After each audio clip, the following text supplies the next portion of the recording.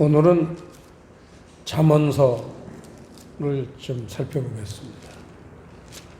잠언서 1장 1절부터 6절까지 말씀을 얼핏 보면요, 다윗의 아들 이스라엘 왕 솔로몬의 잠언이라, 이렇게 이 잠언은 솔로몬이 기록한 것인 것을 알 수 있습니다. 이 잠언이라는 단어는 격언 또는 비유, 이런 뜻입니다. 이는 지혜와 훈계를 알게 하며 명철의 말씀을 깨닫게 하며, 지혜를 제일 먼저 들었습니다. 이 잠언서를 쓴 이유는 지혜를 알게 하기 위한 책이라는 거죠. 그래서 3절에 보시면 지혜롭게, 의롭게, 공평하게, 정직하게 행할 일에 대하여 훈계를 받게 하며 어리석은 자로 슬기롭게 하며 젊은 자에게 지식과 근신함을 주기 위한 것이니, 지혜 있는 자는 듣고 학식이 더할 것이요 명철한 자는 모략을 얻을 것이라. 잠언과 비유와 지혜 있는 자의 말과 그 오묘한 말을 깨달으리라. 5절에 보시면 지혜 있는 자는 듣고, 이 잠언 말씀은 그 뜻이 매우 깊기 때문에 들어야 된다는 거죠. 영적으로 깨닫는 것을 듣고, 이렇게 하나님은 단어를 사용하시며 그걸 6절 맨 끝 단어에 깨달으리라. 이 깨닫는다는 단어에다 밑줄을 치시고, 그럼 깨닫는 게 뭐냐? 그거는 우리의 마음과 하나님의 말씀의 결합, 이거를 하나님은 깨닫는다는 단어로 표현을 하셨습니다. 그래서 우리는 성경을 읽는 목적이 하나님 말씀이 우리의 마음과 결합, 일치가 되어야 돼요. 합쳐져야 돼요. 그게 깨닫는 거라 하는 것입니다. 그러면서 이제 오늘 잠언서 3장 말씀은 오늘 1장에서 밝힌 서론을 좀 더 깊이 있게 다루는 책입니다. 자, 이제 보시면요, 1절에 보시면 하나님의 법은 명령이다, 그렇게 못을 박으셨습니다. 지켜도 좋고 안 지켜도 좋고 그런 말씀이 아니라 하나님의 법, 하나님의 말씀의 법은 명령이라는 겁니다. 그래서 이 명령을 우리는 반드시 지켜야 되는데, 왜냐하면 2절에 그 목적이 있어요. 그리하면 그것이 너로 장수하여 많은 해를 누리게 하며 영생의 비결이다, 그거죠. 영생을 얻게 하는 비결이 하나님의 말씀을 명령으로 받들어서 지켜야 된다, 그런 요지입니다. 그러면서 영생을 얻게 할 뿐만 아니라 이 세상을 살거나 또는 영생을 얻는 그때까지도 평강이 떠나지 않게 해주신다. 여러분 알다시피 어려운 일이 있거나 힘든 일이 있거나 또 편안한 일이 있거나, 중요한 것은 우리 마음이 평안이죠. 평안, 샬롬. 이 평안할 때 행복을 느낍니다. 아무리 좋은 일이 있어도 평안함을 못 느끼면 행복하지 않아요.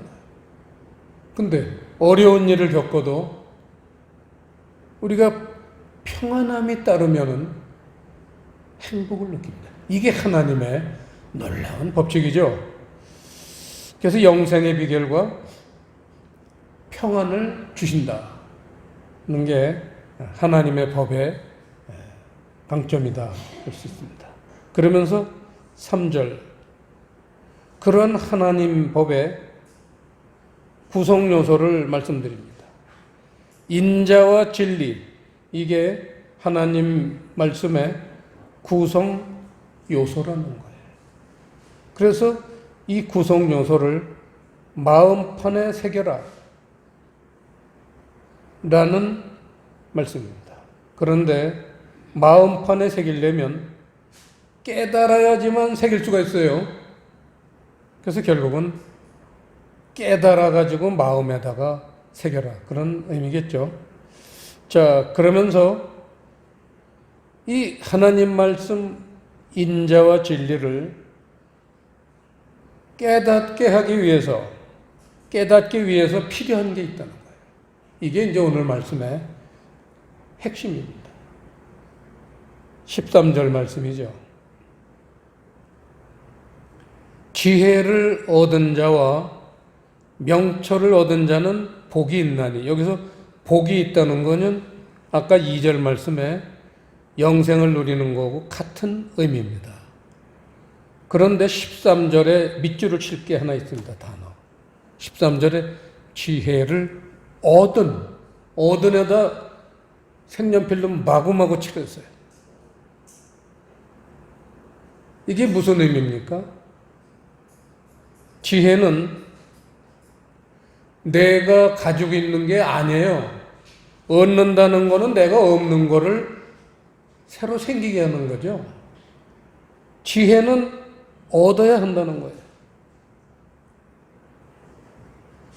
그래서 14절에도 보면 이는 지혜를 얻는 것이, 얻는다는 단어가 나왔고, 18절에도 지혜는 그 얻은 자에게, 지혜와 얻다라는 단어는 늘 동행을 하고 있는 걸 알 수 있습니다.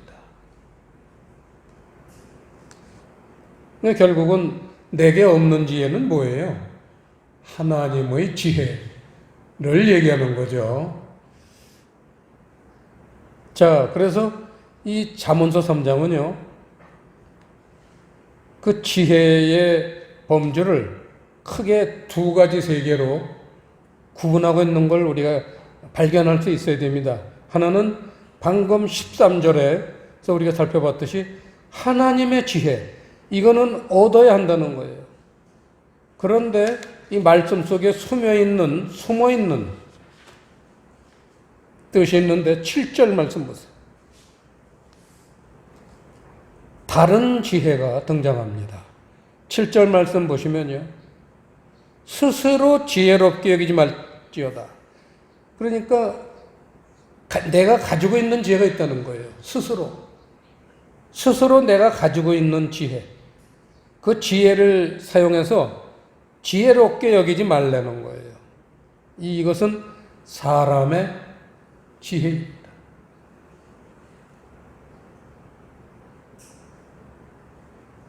여기서 하나님의 지혜와 사람의 지혜, 두 가지 구분이 확실하게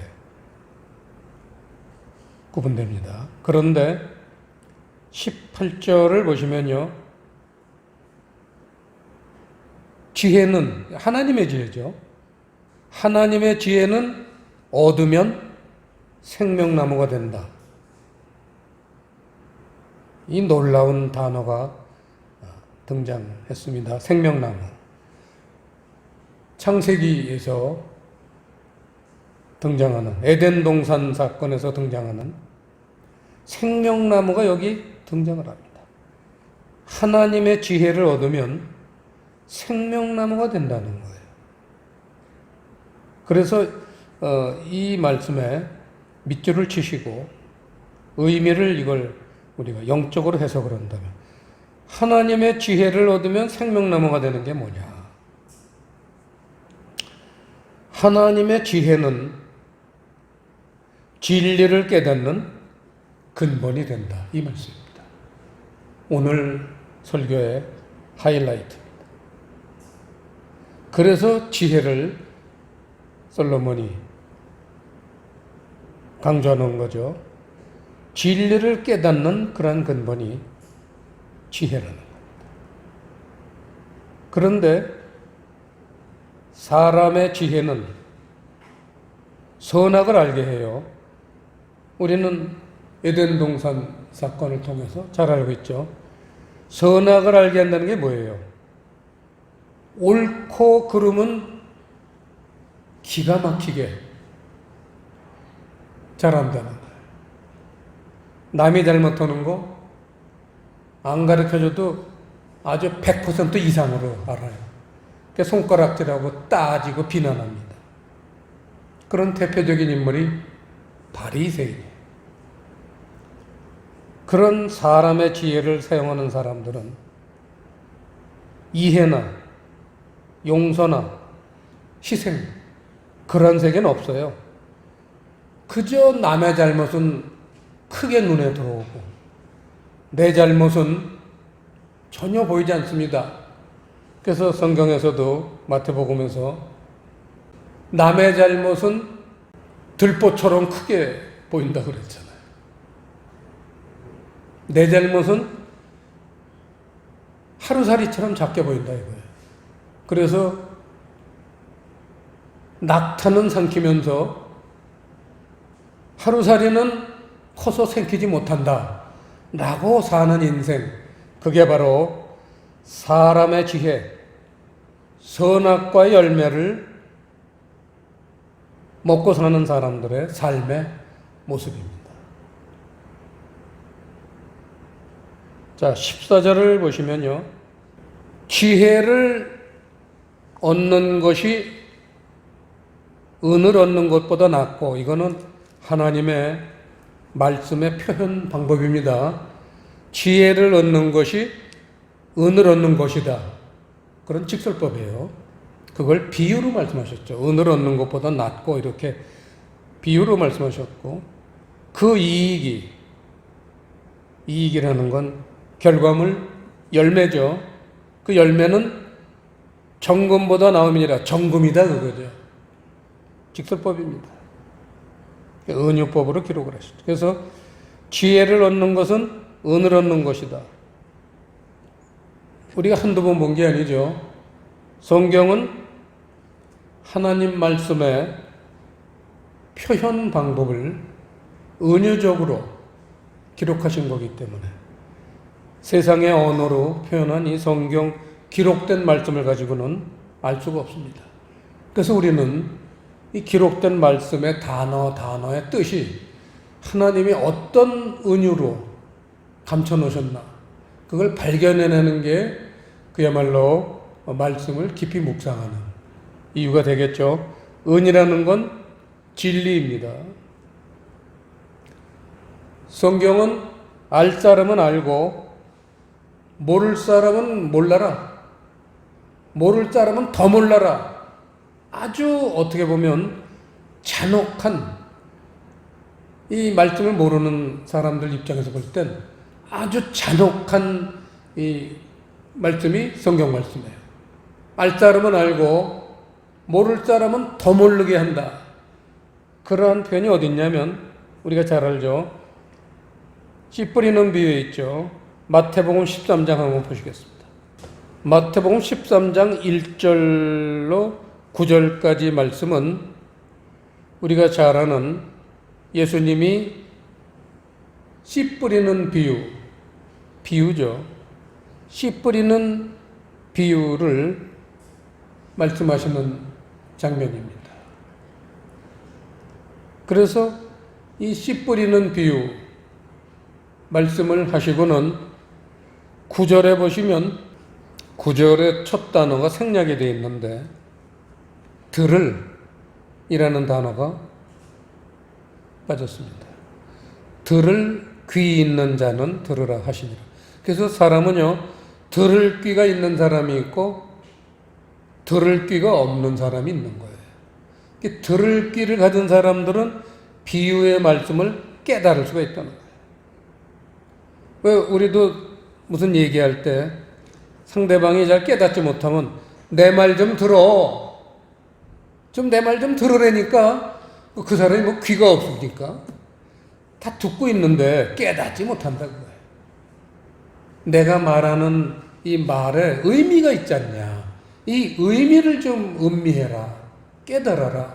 그걸 듣다라고 우리도 그렇게 얘기하지만 하나님도 그렇게 쓰세요. 들을 귀 있는 자는 들으라 하시면서 10절에 보시면요.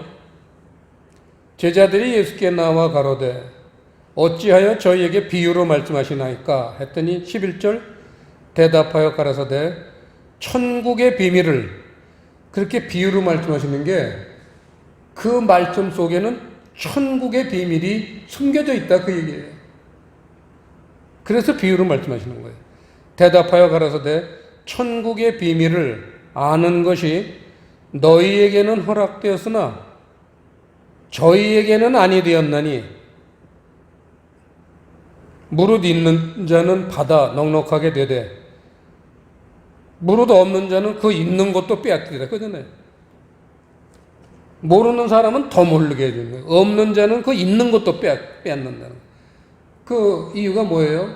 어떻게 보면 잔인한 것 같지만 그 알량하게 있는 것 때문에 진짜 하나님이 원하시는 지식에까지 도달할 수 없기 때문에 그걸 뺏으신다는 거예요.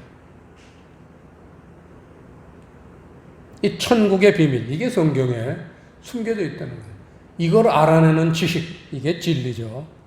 그래서 13절에 보시면 그러므로 내가 저희에게 비유로 말하기는 저희가 보아도 보지 못하며 들어도 듣지 못하며 깨닫지 못함이니라. 이사야의 예언이 저희에게 이루어진 일로소되 너희가 듣기는 들어도 깨닫지 못할 것이요 보기는 보아도 알지 못하리라. 이 백성들의 마음이 완악하여져서 그 귀는 듣기에 둔하고 눈은 감았으니 이는 눈으로 보고 귀로 듣고 마음으로 깨달아 돌이켜 내게 고침을 받을까 두려워함이라 하였느니라. 그런 세상적인 자세로 고침을 받으면 결과적으로는 하나님 나라를 제대로 알지도 못하고 더 악하게 되는 거죠. 그래서 뺏는다는 거예요. 16절 그러나 너희 눈은 봄으로 너희 귀는 들음으로 복이 있도다. 내가 진실로 너에게 이르노니 많은 선지자와 의인이 너희 보는 것들을 보고자 하여도 보지 못하였고 너희 듣는 것들을 듣고자 하여도 듣지 못하였느니라. 저는 이 17절 말씀 읽을 때 눈물을 펑펑 쏟았습니다. 내가 뭐가 잘난 인간이라고 많은 선지자와 의인들도 깨닫지 못한 걸 나 같은 형편없는 인간에게 깨닫게 해주시나. 너무 놀라워가지고요. 너무 황송해가지고 그냥 눈물이 펑펑 나서 밤새도록 제가 울었습니다. 자, 본문으로 돌아가죠. 그 14절 지혜를 얻는 것이 은이다. 은은 진리를 상징하죠. 그래서 지혜는 진리를 알게 하는 그러한 생각이다 이거죠. 그 다음에 정금이라는 단어는 밑줄을 치시고 사랑이라는 것이 정금, 금은 사랑이에요. 그래서 그 천국 갔다 오신 분들 간증할 때 보면 천국의 그 바닥은 전부 금으로 되어 있다. 그런 얘기 여러 번 들으셨을 겁니다. 그것은 하나님 나라의 기본은 사랑이다. 그 얘기예요. 그게 천국의 바닥은 황금으로 되어 있다. 그래서 아브라함이 마차를 타고 가는데 그 뒤에 그 아들이 이렇게 따라가는데 아브라함 마차가 좀 더 크더라고 그래요. 그 황금 바닥으로 된 그 위를 달려가는데 마차가 무슨 어떤 힘으로 가는 게 아니라 하나님 나라는 성령님의 능력으로 움직여요. 내가 마음 먹으면요, 마음 먹은 대로 다 그곳에 가 있고 어떤 일을 하게 되고 어떤 행동을 해서가 아니라 천국은 사랑의 그 원동력, 사랑이 원동력이기 때문에 모든 일을 이루는 그런 원천이 사랑이다. 놀라운 거죠. 그래서 사랑을 안 할 수가 없는 곳, 천국입니다.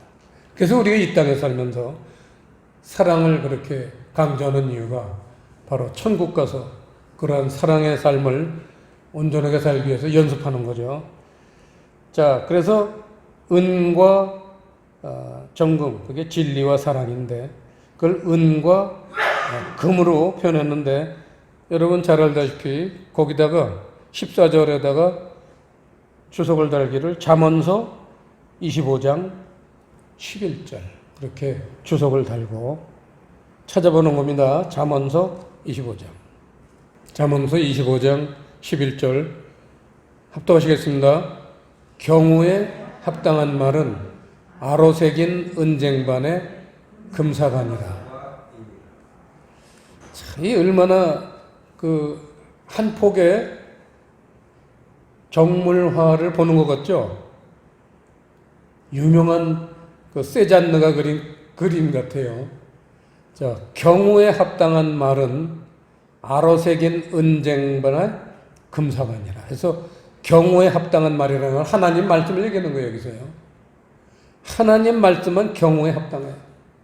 사람이 하는 말은 아무리 이치에 맞고 올바른 것 같아도요, 한계가 있습니다. 항상 한계가 있어요.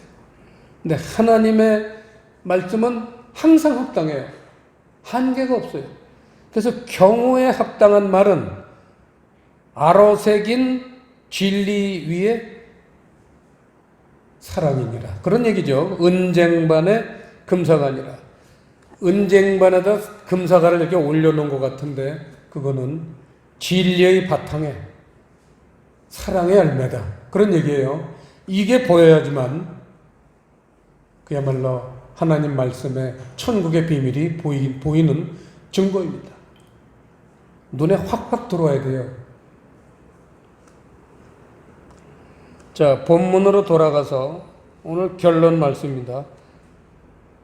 9절 말씀이 결론입니다. 합독하시겠습니다.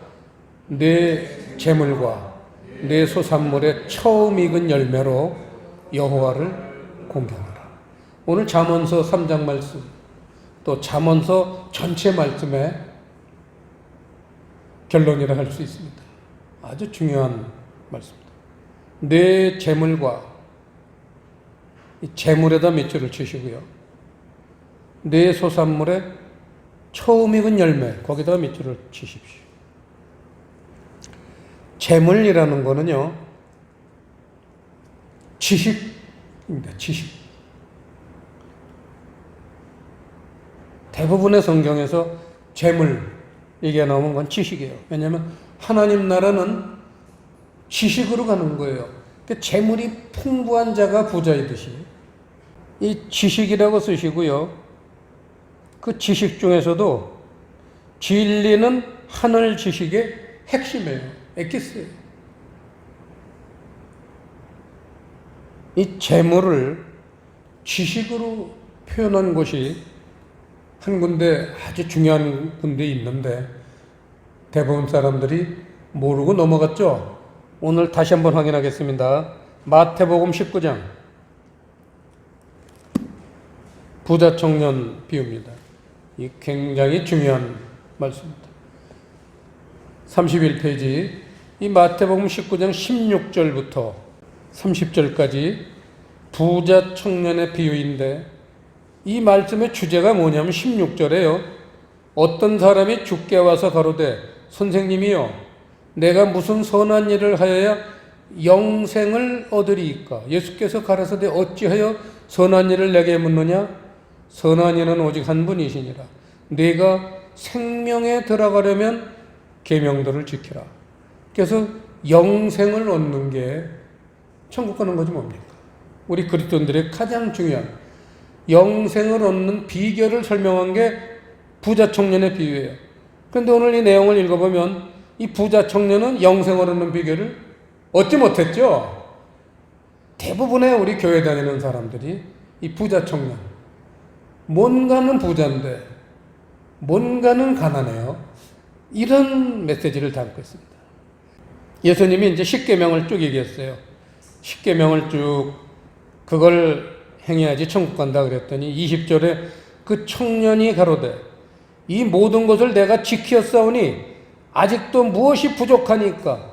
이 부자 청년, 우리 교회 다니는 사람들 하나도 부족한 거 없이 하나님 말씀을 아주 무슨 성경 백독했다 무슨 그런 사람들 얘기입니다. 21절 예수께서 가라사대 내가 온전하고자 할진대라는 건 천국을 들어가고자 할진대, 영생을 얻고자 할진대, 그 얘기. 오늘 주제가 영생 얻는 거잖아요. 네가 영생을 얻으려면은 가서 내 소유를 팔아. 여기서 소유에다 매치를 치시고요. 이 소유가 지식이에요. 내 소유를 팔아 가난한 자들을 주라. 그리하면 하늘에서 보화가 내게 있으리라. 그리고 와서 나를 좇으라 하시니 그 청년이 재물이 많으므로. 여기서 재물이 지식이죠. 아까 말한 오늘 본문에서 자기 스스로 갖고 있는 지혜, 지식, 그거예요. 선악을 알게 하는 열매의 결과, 그걸 따먹었기 때문에 눈이 밝아졌죠. 그게 세상을 아는 지식이에요. 그래서 태어난 애들은요, 어린이들 보세요. 태어난 애들 가르쳐 주잖아요. 다 알아요, 벌써. 훤히 다 알아요. 어떻게 될지 훤히 합니다. 어린애들한테 걔 먹을 걸 뺏어보세요. 뺏깁니까? 절대 손을 꽉 잡고 놓지 않습니다. 누가 가르쳐 준 거예요? 선악을 알게 하는 지식으로 갖고 태어나기 때문에 이미 갖고 있는 지식이에요. 그걸 내 소유를 팔려는 거예요. 없애버리는 거예요.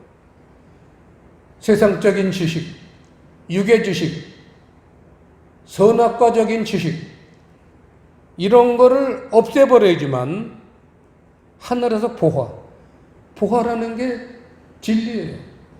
하늘나라의 지식, 하나님에게 가득한 그 생각, 그게 지식이잖아요.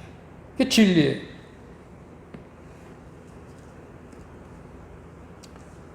자, 그래서 내 재물과의 재물은 지식이라고 밑줄을 치시고요. 그 다음에 본문으로 돌아가서 9절 말씀입니다. 계속. 처음 익은 열매로 여호와를 공경하라. 처음 익은이라는 단어, 그 밑줄을 치시고요. 처음 익은이라는 단어는 칠판에 레시트, 성경에 첫 번째로 등장하는 단어입니다. 창세기 1장 1절은 이 레시트의 관사, 영어로 치면 더 레시트 해서 더라는 그 관사가 히브리어로는 베라는 단어예요. 베. 그래서 베레시트, 레시트에다가 관사, 베를 붙여서 베레시트. 이게 성경 전체에 나오는 말씀 중에 처음 나오는 단어. 여러분, 하나님이 처음 나오는 단어는 얼마나 중요한 첫 단어로 쓰셨겠습니까? 그게 베레시트. 그래서 정관사 덜을 빼고 레시트. 이 레시트라는 단어는요, 뜻이 한 20-30개가 돼요. 너무 많습니다. 근데 이게 다 해당되는 거예요. 그래서 제가 전에 수없이 그거를 일러드리고 성경에 기록하라고 그랬죠. 레시트. 그거를 태초에 라고 번역이 되어 있어요. 태초에. 이 태초에라는 거는 마치 저도 처음에 교회 다닐 때 그렇게 생각했지만 long before 호랭이 담배 먹던 시절 그렇게 생각했죠. 태초. 아주 먼 옛날. 그거 아니에요. 레시트라는 거는요, 오늘 칠판에 아주 몇 가지만, 한 서너 가지만 썼지만 오래간만에 한번 다 읽어드리겠습니다. 첫 열매, 시작, 중요한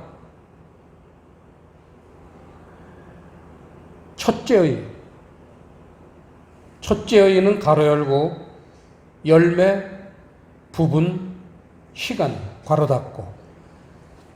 그래서 영어 성경은 first라고 이게 번역이 되어 있습니다. 태초에 first. 열매나 부분이나 시간에 있어서 첫째라 이거예요. 제1의 것 이거죠. 제1의 것.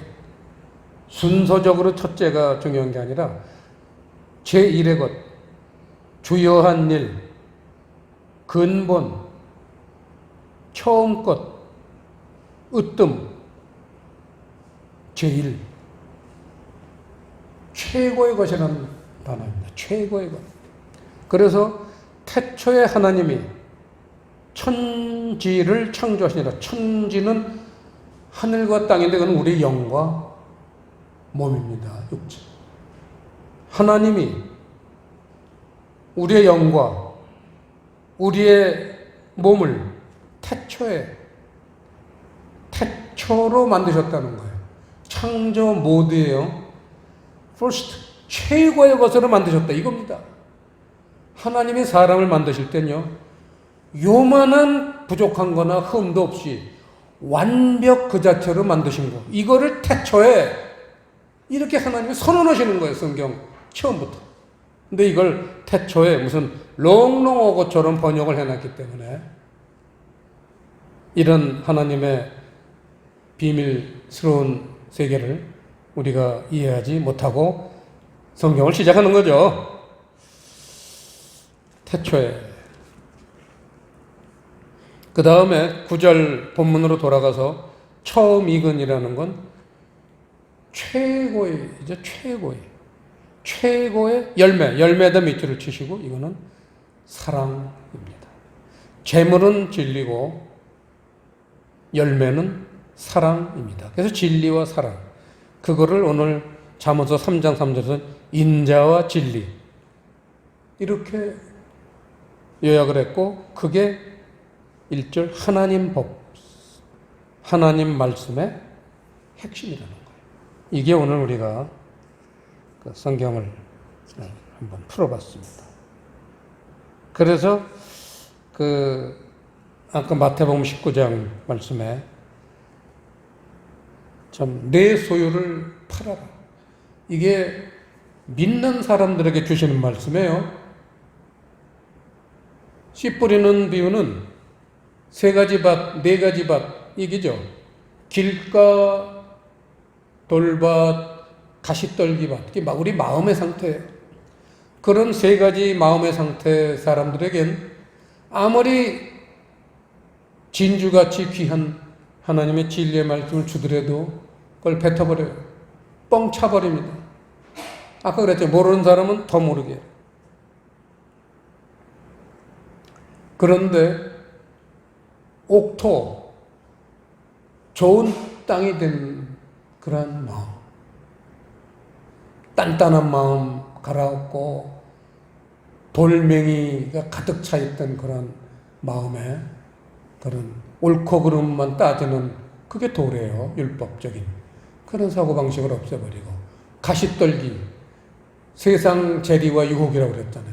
세상 좋아하는 거, 그게 가시떨기. 그런 마음 상태를 다 제거하고 나면은 정말 이제는 하나님의 말씀이 심어지면 그냥 30배, 60배, 100배로 자라는 마음이 돼요. 그걸 옥토, 좋은 땅이라고 표현했죠. 그래서 이 소유를 팔라, 아까가 굉장히 중요한 건데, 육적인 지식, 우리가 태어나면서부터 갖고 있는 이 지식은요, 하나님이 준 지식이 아니에요. 하나님이 우리를 창조하셨지만 우리가 뱀의 유혹을 받아서 우리 조상부터 스스로 하나님의 지식을 뱉어버리고 뱀이 주는 지식으로, 그게 뱀의 독이에요. 선악과의 독이에요. 그게 육적인 지식이에요. 세상적인 지식이에요. 그걸로 가득 찬 채 태어납니다. 그래서 이 육적인 지식을 없애야 돼요. 그걸 없앨 때 영적 지식이 들어오기 시작한다는 거예요. 제가 수없이 간증을 했죠.